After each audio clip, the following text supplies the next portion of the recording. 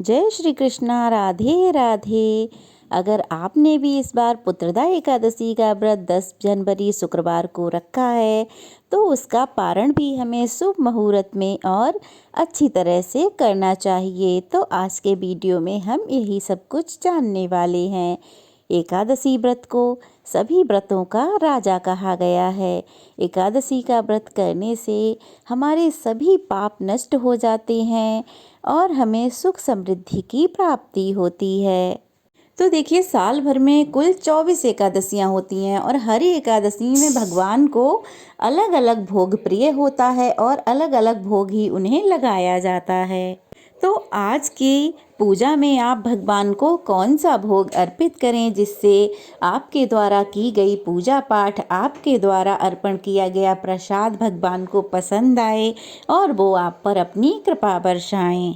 व्रत पारण करने से पहले आपको बता दें कि पौष शुक्ल द्वादशी सब द्वादशियों में सबसे श्रेष्ठ मानी जाती है, क्योंकि इस तिथि को कूर्म द्वादशी के नाम से जाना जाता है और हिंदू मान्यताओं के अनुसार यह दिन भगवान विष्णु के कछुए रूप को समर्पित है। ऐसी मान्यता है कि कूर्म द्वादशी के दिन दान आदि करने से सभी पाप कर्म नष्ट हो जाते हैं।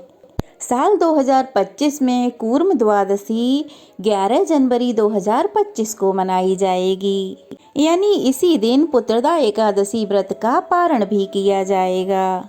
धार्मिक मान्यताओं के अनुसार समुद्र मंथन के समय भगवान विष्णु ने कछुए का अवतार लिया था, जो कि भगवान विष्णु का दूसरा अवतार माना जाता है। मान्यता है कि देवताओं को बचाने के लिए और मंदराचल पर्वत को समुद्र में डूबने से बचाने के लिए ही भगवान ने यह अवतार धारण किया था। इसीलिए इस दिन भगवान के कछुए अवतार की पूजा का विधान है। साथ ही इस दिन कछुआ लाना भी बहुत ही शुभ माना जाता है। मान्यता है कि चांदी या अष्ट धातु का कछुआ घर या दुकान में रखना बहुत ही शुभ माना जाता है। अब जैसा कि हम सब जानते हैं, पौष मास शुक्ल पक्ष की पुत्रदा एकादशी का व्रत 10 जनवरी शुक्रवार को रखा गया है।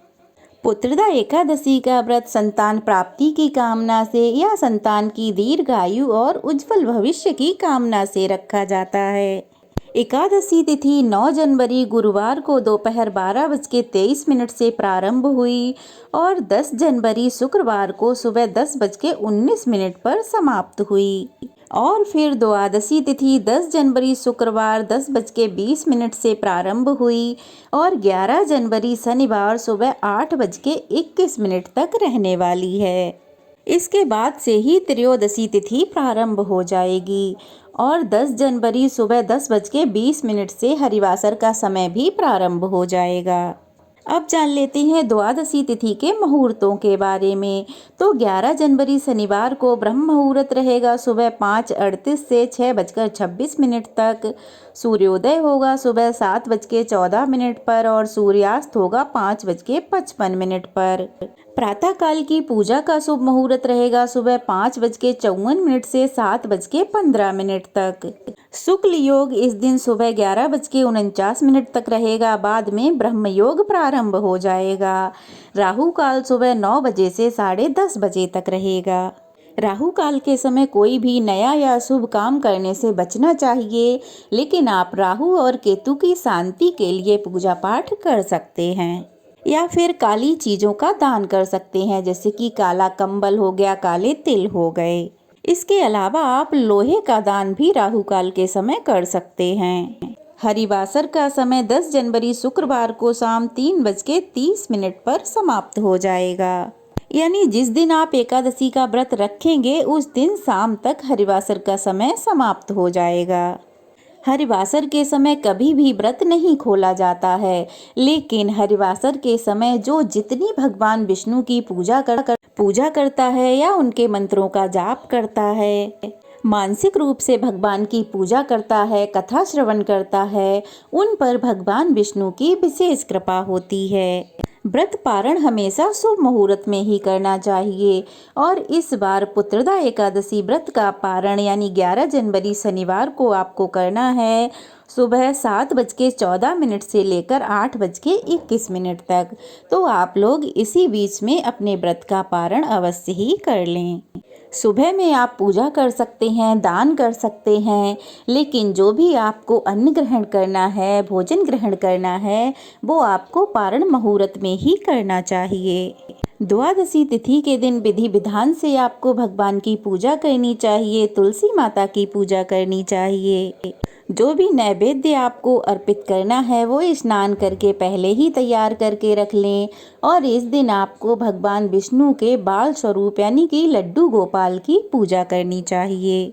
और अगर संतान प्राप्ति की कामना है तो आप कान्हा जी को नई बांसुरी, मोर पंख आदि दान कर सकते हैं। माखन मिश्री का भोग लगाकर आप माखन मिश्री का दान कर सकते हैं। इससे भगवान विष्णु जल्द ही प्रसन्न होंगे और आपकी संतान प्राप्ति की इच्छा भी बहुत जल्द पूर्ण हो जाएगी। अब इस दिन कूर्म द्वादशी है, तो अगर आपके घर में भगवान कच्छप विराजमान हैं तो दूध दही आदि से उनका अभिषेक करें, रोली चंदन लगाएं और विधि विधान से उनकी भी पूजा अवश्य ही करें और अपने व्रत का पारण शुभ मुहूर्त में ही करें। तो ये थी आज की वीडियो, कैसी लगी कमेंट बॉक्स में ज़रूर बताइएगा। अच्छी लगी हो तो वीडियो को लाइक करके शेयर कीजिएगा और अगर नए हैं तो प्लीज़ चैनल को सब्सक्राइब कीजिएगा। राधे राधे, जय श्री कृष्णा।